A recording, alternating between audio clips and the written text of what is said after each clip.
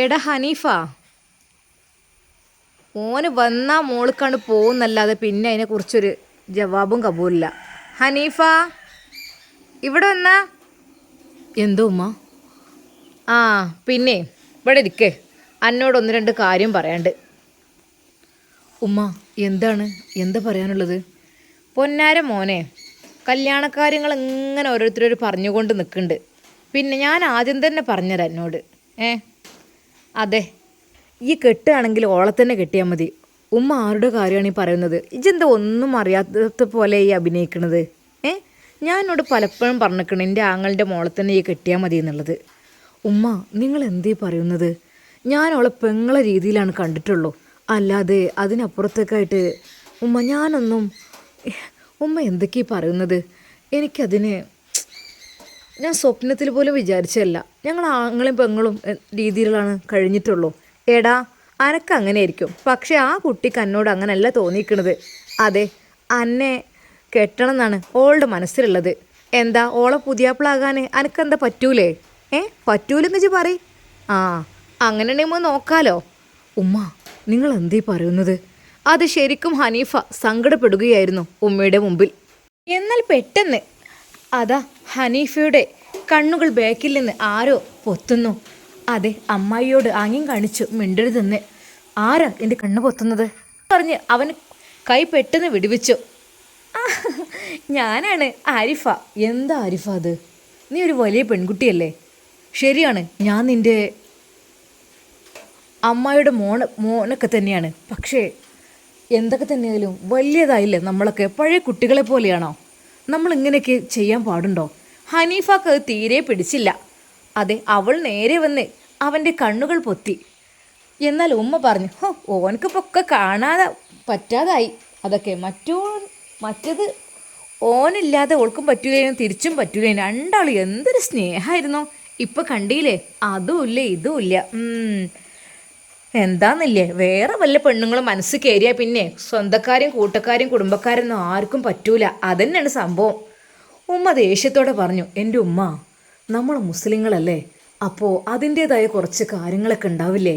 പിന്നെ എനിക്ക് ശരിയാണ്, എൻ്റെ അമ്മാവൻ്റെ മോളൊക്കെ തന്നെയാണ് അവൾ. പറഞ്ഞിട്ടെന്താ, എനിക്ക് ചില നിബന്ധനകളുണ്ടല്ലോ.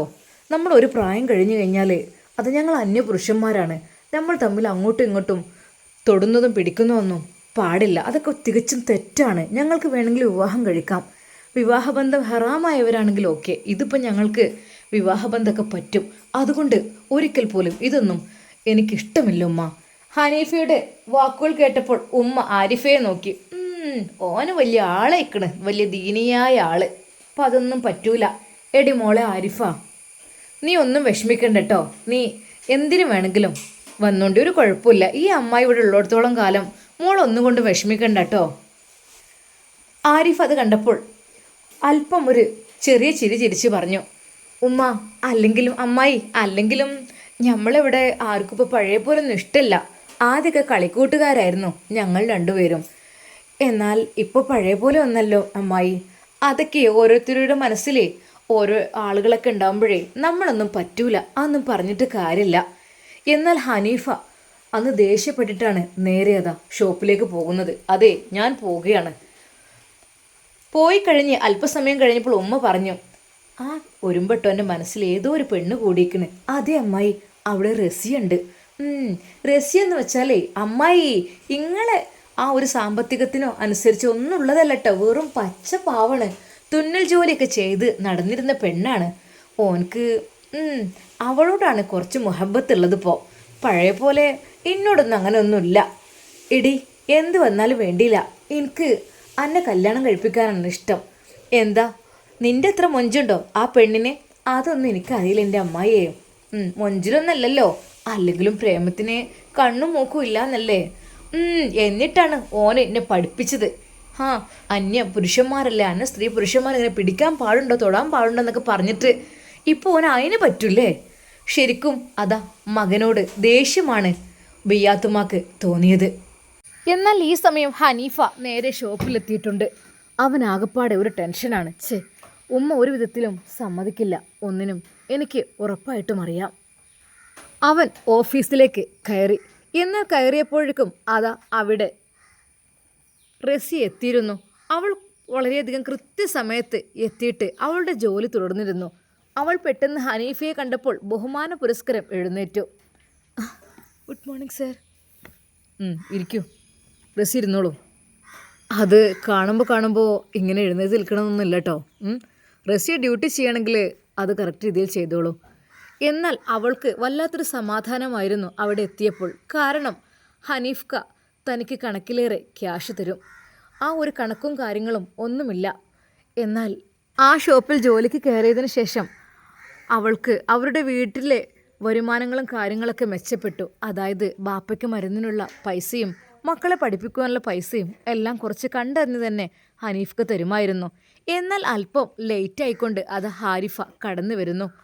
എന്നാൽ സാർ ഞാൻ കടന്നോട്ടെ എന്ന് കളിയാക്കിക്കൊണ്ട് ഹനീഫയുടെ മുമ്പിൽ അവൾ ചോദിക്കുന്നു. അതെ, ആരിഫ് എന്താ ഇത്ര ലേറ്റ് ആകുന്നത്? ഓ എൻ്റെ പൊന്നാരിക്കാക്ക, പിന്നെ എനിക്കൊരിടം വരെ പോകാണ്ടായിരുന്നു. പിന്നെയെന്ന് വെച്ചാൽ എൻ്റെ അമ്മായിൻ്റെ അടുത്ത് പോയി അവിടുത്തെ വിശേഷങ്ങളൊക്കെ തിരക്കി എല്ലാം കഴിഞ്ഞ് ഓഫീസിലെത്തിയപ്പോഴേക്കേ 2 മണിക്കൂർ വൈകി. അതിപ്പോൾ ഇത്ര വലിയ പ്രശ്നമുള്ള കാര്യമാണോ? ആരിഫ, ഒരു ഡ്യൂട്ടി ചെയ്യുകയാണെങ്കിൽ അത് കറക്റ്റ് ടൈമിന് തന്നെ ചെയ്യണം. അല്ലാതെ ഒരിക്കൽ പോലും തോന്നുമ്പോൾ കയറി വരാനുള്ളതല്ല ഈ ഓഫീസ്, മനസ്സിലായല്ലോ? അവൾ ദേഷ്യം പിടിച്ചുകൊണ്ട് അത് അകത്തേക്ക് കയറി. പെട്ടെന്ന് റസിയുടെ അരികിലെത്തി. റസിയ, നീ എപ്പോഴാണ് വന്നത്? ഞാൻ കറക്റ്റ് സമയത്തിന് എത്തിയിരുന്നല്ലോ. ഓ, ഞാൻ വരുമ്പോഴാണ് ഇത്ര വലിയ പ്രശ്നം ചൂടാവലും. എനിക്ക് കുറച്ച് കാര്യങ്ങളൊക്കെ മനസ്സിലാകുന്നുണ്ട്. ആരിഫ, നീ എന്താണ് ഈ പറയുന്നത്? ഞാൻ ഒരിക്കൽ പോലും എൻ്റെ ഡ്യൂട്ടിയുടെ സമയം തെറ്റിച്ചിട്ടില്ല. പിന്നെ 5 മണിയാകുമ്പോൾ സാറ് പറഞ്ഞേക്കുമല്ലോ. അതുകൊണ്ട് തന്നെ കൃത്യം 9 മണിക്ക് ഇവിടെ ജോയിൻ ആകാൻ ഞാൻ എത്താറുണ്ട്. നീ ഇങ്ങനെ 11 മണിക്കും 12 മണിക്കൊക്കെ വന്ന് കയറിയാൽ പിന്നെ എങ്ങനെ? റസിയ, നീ എൻ്റെ പഠിപ്പിക്കണ്ട, മനസ്സിലായല്ലോ? ഇതേ എൻ്റെ അമ്മായിയുടെ മകനാണ്. അപ്പോൾ അതിൻ്റേതായ അധികാരവും അവകാശവും ഞാനിവിടെ കാണിക്കും. റസിയ ഒന്നും മിണ്ടാതെ നിന്നു. അതെ, നീ ഒരുപാട് വിളച്ചിലെടുക്കാൻ ഇവിടെ നിൽക്കണ്ട കേട്ടോ. നീ വൈകാതെ ജോലി രാജിവെച്ച് ഇവിടുന്ന് പോയിക്കോണ്ടി. തൽക്കാലം ഞാനൊക്കെ ഇവിടെ നിന്നോളാം. ശരിക്കും ആരിഫയുടെ വാക്ക് കേട്ട് റസിയ ഭയന്നു. അത് ആരിഫ, ഞാൻ ഒരിക്കൽ പോലും ഒന്നിനു വേണ്ടിയിട്ടല്ല. എൻ്റെ വീട്ടിലെ കഷ്ടപ്പാടും ബുദ്ധിമുട്ടും ഒക്കെ നിനക്കറിയുന്നതല്ലേ. പിന്നെ തയ്യൽ ജോലിക്ക് ഇപ്പോൾ പഴയ പോലെ ആളുകളൊന്നും വരുന്നുമില്ല. അതുകൊണ്ടാണ് പിന്നെ ഞാൻ ഈ ഒരു ഫീൽഡിലേക്ക് നിനക്കറിയാവുന്ന പണി എടുത്താൽ പോരെ? നീ തുന്നലിൻ്റെ ആളല്ലേ ഇവിടെ? നീ എന്ത് കാര്യത്തിന് വേണ്ടിയിട്ടാണ് ഇപ്പോൾ ഇവിടെ ജോലിക്ക് വേണ്ടി കയറിയത്? പിന്നെ വേറെ വല്ല ഉദ്ദേശം നിനക്കുണ്ടെങ്കിലേ അതങ്ങ് മനസ്സിൽ വെച്ചോണ്ടി. ആരിഫ, നീ എന്താ പറയുന്നത് എനിക്ക് മനസ്സിലായില്ല. എന്നാൽ പെട്ടെന്ന് അതാ ഹനീഫ് അങ്ങോട്ട് കയറി വരുന്നു. എന്താ ഇവിടെ ഒരു ബഹളം? നിങ്ങൾ രണ്ടുപേരും ജോലി ചെയ്യുകയല്ലേ? സർ, എൻ്റേത് കംപ്ലീറ്റഡ് ആണ്.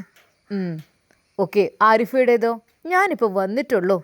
എന്താ ഹനീഫ്ക ഇങ്ങനെയൊക്കെ എന്നോടൊരു പെരുമാറ്റം? അല്ലേ, വന്ന പാടെ തുടങ്ങിയതാണ് അങ്ങോട്ടും ഇങ്ങോട്ടും പറച്ചിൽ. എന്താ, നിങ്ങൾ ഒരുമിച്ച് ഇരിക്കണമെന്നില്ല. നിങ്ങൾ അപ്പുറം ഇപ്പുറമായിട്ട് ഇരുന്നോളൂ, അതായിരിക്കും നല്ലത്. അല്ലാതെ നിങ്ങൾ ഒരുമിച്ചിരിക്കുകയാണെങ്കിൽ എന്തിനാണ് നീ റസിയുടെ കാര്യങ്ങൾ ഇങ്ങനെ തിരക്കുന്നത്? അവൾ അവളുടേതായിട്ടുള്ള ഡ്യൂട്ടി കറക്റ്റ് രീതിയിൽ ചെയ്യുന്നുണ്ട്. ഇനി നീ നിൻ്റെ ഭാഗം ക്ലിയർ ആക്കുകയാണ് വേണ്ടത്. അല്ലെങ്കിലും സ്വന്തം ചോരയോടെന്നല്ല ഇക്കാക്ക് ഇഷ്ടം, പുറത്തുള്ളവരോടാണ്.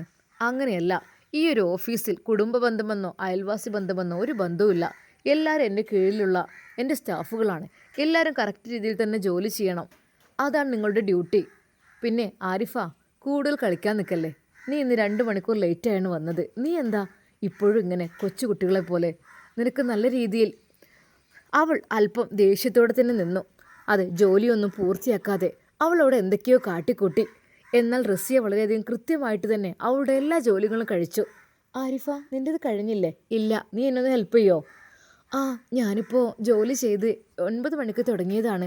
ഉച്ചഭക്ഷണത്തിൻ്റെ സമയം കുറച്ചെടുത്തു എന്നല്ലാതെ ഒരിക്കൽ പോലും ഞാൻ ഒരുപാട് ചെയ്ത് തളർന്നിരിക്കുകയാണ്. ഇനിയിപ്പോൾ ഞാൻ വേണമെങ്കിൽ ഹെൽപ്പ് ചെയ്യാം. അത് ചെയ്യാമല്ല, അത് കഴിഞ്ഞ് കിട്ടണ്ടേ? പെട്ടെന്ന് ഹനീഫ് അങ്ങോട്ട് വന്നു. റസിയ, സർ, 5 മണിയായി. നിൻ്റെ ഡ്യൂട്ടി നീ കംപ്ലീറ്റ് ചെയ്തിട്ടുണ്ട്. ഇനി എന്തിനാ നീ ആരിഫയെ ഹെൽപ്പ് ചെയ്യേണ്ട ആവശ്യമില്ല. ആരിഫ എത്ര ജോലി ചെയ്തു അതിനനുസരിച്ചുള്ള സാലറി ഞാൻ അവൾക്ക് കൊടുക്കും. നീ ചെയ്തത് നിനക്കനുസരിച്ചും. എന്താ, ഡ്യൂട്ടി ചെയ്തതിന് ക്യാഷുള്ളൂ കേട്ടോ, പറഞ്ഞില്ലെന്ന് വേണ്ട.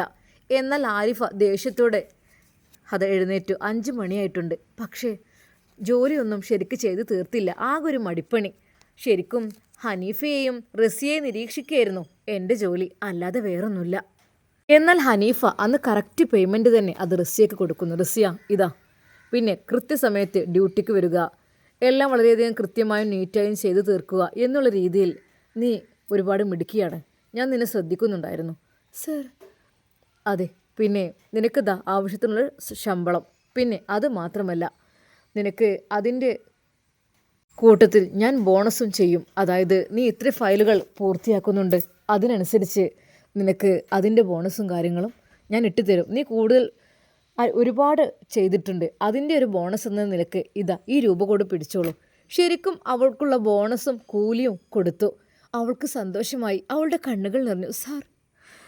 അവൾ അദ്ദേഹത്തിൻ്റെ മുമ്പിൽ വണങ്ങി നിന്നപ്പോൾ, ഹേയ് അത് വേണ്ട, നീ ജോലി ചെയ്തതിനുള്ള സാലറിയാണ് ഞാൻ നിനക്ക് തന്നത്, അല്ലാതെ ഒരിക്കലും ഉടായ്പ കാണിച്ചിട്ടല്ല. എന്നാൽ അല്പസമയം കഴിഞ്ഞപ്പോൾ ആരിഫ വന്നു. എവിടെ എൻ്റെ ശമ്പളം? എന്നാൽ റസിയുടെ പകുതി ശമ്പളമാണ് അവന് കൊടുത്തത്. എന്നാ ആരിഫയുടെ ശമ്പളം ഇതാണ്. എന്താ ഇത് ഹനീഫ്ക, ഇത് ചെയ്യുന്നത് വളരെ മോശമാണ് കേട്ടോ. ഇത് തികച്ചും അന്യായമാണ്. ആരിഫ, നീ ചെയ്ത ഡ്യൂട്ടിയോ അവൾ ചെയ്ത ഡ്യൂട്ടിയോ ഒന്ന് നോക്ക്. എന്തെങ്കിലും ചെയ്ത് തീർന്നിട്ടുണ്ടോ? നിൻ്റെത് ആകെപ്പാട് അവിടെ അട്ടിമറിച്ച് കിടക്കുന്നു. ഇവൾ ചെയ്തത് നോക്കിക്കേ, എല്ലാം എന്ത് വൃത്തിയായി നീറ്റ് ആൻഡ് ക്ലീനായി. ഇവൾക്കൊരു ലക്ഷ്യമുണ്ട്, ഉദ്ദേശം. ആ ഉദ്ദേശത്തിനാണ് വരുന്നത്. നീ എന്തിനാ വന്നു തന്നെ 11 മണി 12 മണിക്ക്? പിന്നെ ബാക്കിയുള്ളതിനിടയിൽ ഫുഡ് കഴിക്കൽ, അതിനിടയിൽ അങ്ങോട്ടും ഇങ്ങോട്ടും നടക്കൽ. നീ എന്തെങ്കിലും ചെയ്ത് തീർത്തിട്ടുണ്ടോ? തീർത്തിട്ടുണ്ടെങ്കിൽ ഓക്കെ, നീ ഒന്ന് പറ, നീ എന്താ ഇങ്ങനെ? ആരിഫ്ക, എന്നാലും ഇത് മോശമായിപ്പോയി. അവൾക്ക് കൊടുത്തതിൻ്റെ പകുതിയാണല്ലോ. എന്നാൽ ഇന്നാ ഫുൾ ചാർജ് തരാം. അപ്പോൾ എനിക്കുള്ള ബോണസ് അതവൾ കംപ്ലീറ്റ് ചെയ്തതിന് ശേഷമാണ് ബോണസൊക്കെ ഞാൻ കൊടുത്തത്. അത് ഇത്ര ഫയൽസ് കംപ്ലീറ്റ് നീ എത്ര ചെയ്തു അതുകൂടെ പറ. അനീഫ്ക, എന്നാലും എന്നോട് ഇത് വേണ്ടില്ലായിരുന്നു. ഒന്നുമില്ലെങ്കിൽ എൻ്റെ അമ്മായിൻ്റെ മോനല്ലേ അനീഫ്ക. ഞാൻ പറഞ്ഞിട്ടുണ്ട് നിന്നോട് ആരിഫ, ഈ ജോലി ചെയ്യുന്ന സ്ഥലത്ത് ഓഫീസിൽ കുടുംബ ബന്ധങ്ങളെന്നോ അയൽബന്ധങ്ങളെന്നോ അങ്ങനെയില്ല. എനിക്കെല്ലാവരും തുല്യരാണ്. എല്ലാവരും എൻ്റെ സ്റ്റാഫുകളാണ്. കൃത്യനിഷ്ഠമായി ജോലി ചെയ്യുകയാണെങ്കിൽ കൃത്യമായ ശമ്പളം ഞാൻ നൽകിയിരിക്കും, അതുറപ്പാണ്. അല്ലാതെ വെറുതെ ഉഴപ്പി ടൈം 2 മണിക്കൂർ കഴിഞ്ഞിട്ടാണ് നീ ജോയിൻ ആയത്. അത് കഴിഞ്ഞ് വന്നിട്ട് ബാക്കിയുള്ള കാര്യങ്ങളൊക്കെ കൂടി ചെയ്തപ്പോൾ നിനക്ക് ഒന്നും ചെയ്യാനുള്ള സമയമില്ല, ഒന്നുമില്ലാത്ത അവസ്ഥയായി. എന്തിനാണ് ഇങ്ങനെയൊക്കെ? ഞാൻ പറയാം, നാളെ മുതൽ കറക്റ്റ് ടൈമിന് ജോയിൻ ചെയ്യണം. പിന്നെ ഫയൽസുകളെല്ലാം കംപ്ലീറ്റ് ചെയ്ത് പൂർത്തിയാക്കണം. എങ്കിൽ മാത്രമേ നിനക്കിവിടെ ഇനി ജോലി ഞാൻ തരികയുള്ളൂ. അല്ലെങ്കിൽ പകരം വേറെ ആൾ വെക്കും. അവൾക്ക് ദേഷ്യവും സങ്കടവും ഒരുമിച്ച് വന്നു. അവളന്ന് ദേഷ്യത്തോടെയാണ് വീട്ടിലേക്ക് പോയത്. നേരെ അത് ബാപ്പയുടെ അരികിലേക്ക് എത്തി പറഞ്ഞു, ബാപ്പ, എന്നാലും നിങ്ങളെ മോൻ അനീഫ്ക നല്ല സാധനം തന്നെയാണ്. എന്നോട് അവൻ പെരുമാറുന്ന കണ്ടു. എന്താടി അവൻ്റെ പെരുമാറ്റത്തിന്? നല്ല മോനാണല്ലോ ഹനീഫ. നീ എന്തെങ്കിലും വേണ്ടാത്തത് ചെയ്തിട്ടുണ്ടാവും. അല്ലേ, അവിടെയുള്ള റസിയൊക്കെ നല്ല രീതിയിൽ ചാർജ് കൊടുക്കും, എനിക്ക് വളരെ തുച്ഛമായതും. അതെ, നേരത്തും കാലത്തിനൊക്കെ ഡ്യൂട്ടിക്ക് പോകണം. ഈ ഇന്ന് എപ്പോഴാണ് ഇവിടെ നിന്ന് ഇറങ്ങിയത്? 11:30 നീ ഇറങ്ങിയപ്പോൾ. അതെ, ഒരു സ്ഥാപനമാകുമ്പോൾ അതിൻ്റേതായ നിയമങ്ങളും കാര്യങ്ങളൊക്കെ അനുസരിക്കണ്ടേ? അതിനനുസരിച്ചല്ലേ. എന്നിട്ട് എന്താ എനിക്ക് പൈസ തന്നില്ലേ? തന്നു, പക്ഷെ അവൾക്ക് ബോണസും കൊടുത്തു. ബെസ്റ്റ്. എൻ്റെ മോൾ എത്രമാത്രം പണിയെടുക്കുമെന്ന് എനിക്ക് നന്നായിട്ടറിയാം. അതെ, നീ കൂടുതലൊന്നും പറയണ്ട. നല്ല രീതിയിൽ ജോലി ചെയ്താൽ ഹനീഫ ശരിക്കും നല്ല രീതിയിൽ സാലറിയും തരും. അതല്ല, ഉഴപ്പ് കാണിച്ചാൽ ഓൻ അതിനുള്ള ശിക്ഷ തരികയും ചെയ്യും. ഓ, പിന്നെ ഉപ്പാൻ്റെ പെങ്ങളെ മോനക്ക് കുറച്ച് അഹങ്കാരം കൂടുതലാണ് എന്നും പറഞ്ഞ് അവൾ അകത്തേക്ക് ചെന്നു. എന്നാൽ അവളുടെ ബാപ്പ പറഞ്ഞു, അതെ ഹനീഫ, എനിക്കറിയാം, നല്ല മോനാണ്, ഒരു വേണ്ടാത്തരും ഇല്ലാത്ത ചെക്കനാണ് ഹനീഫ എന്ന് പറഞ്ഞാൽ.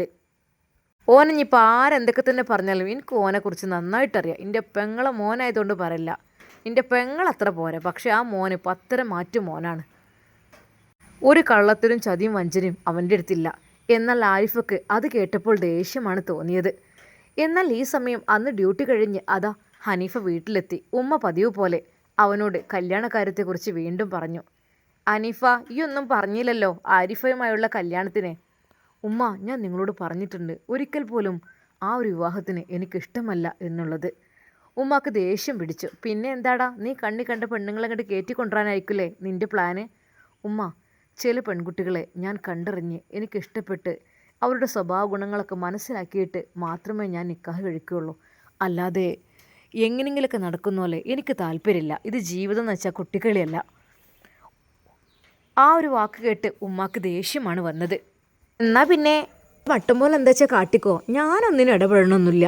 എൻ്റെ മട്ടം പോലെ എന്തെന്ന് വെച്ചാൽ കാട്ടിക്കോ. പക്ഷേ ഒരു കാര്യമുണ്ട്, എനിക്കിഷ്ടം ഓളായിരുന്നു. ഉമ്മ എന്ത് കണ്ടിട്ടാണ്? അവളുടെ സ്വഭാവം ശരിക്കും ഒരു കാര്യത്തിലും കൃത്യനിഷ്ഠയില്ല. എന്താടാ അങ്ങനെയൊക്കെ നോക്കിയിട്ടാണ് കല്യാണം? അതൊക്കെ പിന്നെ ശരിയാവും ഉമ്മ. ഞാൻ അവളെ എൻ്റെ പെങ്ങളെ പോലെയാണ് കണ്ടിട്ടുള്ളത്. ചിലപ്പോൾ ശകാരിക്കൊക്കെ ചെയ്യും ഞാൻ. പക്ഷേ ഞാൻ ഒരു ഭാര്യയായിട്ട് എനിക്ക് അവളെ കാണാൻ കഴിയില്ല. പിന്നെ കല്യാണം കഴിക്കുകയാണെങ്കിൽ എൻ്റെ മനസ്സിലിപ്പോൾ ഒരു പെണ്ണുണ്ട്, റസിയ. ആ പെണ്ണിനെ കല്യാണം കഴിക്കാൻ ഞാൻ തയ്യാറാണ്. ഉമ്മ ശരിക്കും ഞെട്ടി. അതെ, അവൻ്റെ പിടിവാശിക്ക് മുമ്പിൽ ഇനി ഒന്നും പറഞ്ഞിട്ട് കാര്യമില്ല. എടാ പിന്നെ ഒരു കാര്യം ഞാൻ പറഞ്ഞേക്കാം. എന്ത് കാര്യം? റസിയാനെ കെട്ടുന്നതിന് കുഴപ്പമില്ല. റസിയ എന്ന് വെച്ചാൽ പച്ച പാവം പെണ്ണാണ്. വെറും ഒരു തയ്യൽക്കാരി ആയിരുന്നു. വീട്ടുകാരാണെങ്കിൽ മുഴു പെട്ടണിയിലും. പിന്നെ ഒരു കാര്യം ഞാൻ പറഞ്ഞേക്കാം. അതായത് എന്താണെന്ന് വെച്ചാൽ റസിയാനെ കെട്ടുന്നതിലല്ല, പക്ഷേ നല്ലോണം സ്വർണം പൈസയും വേണം. അതിൽ ഒരു കുറവും വരുത്താൻ പറ്റൂല. മനസ്സിലായല്ലോ?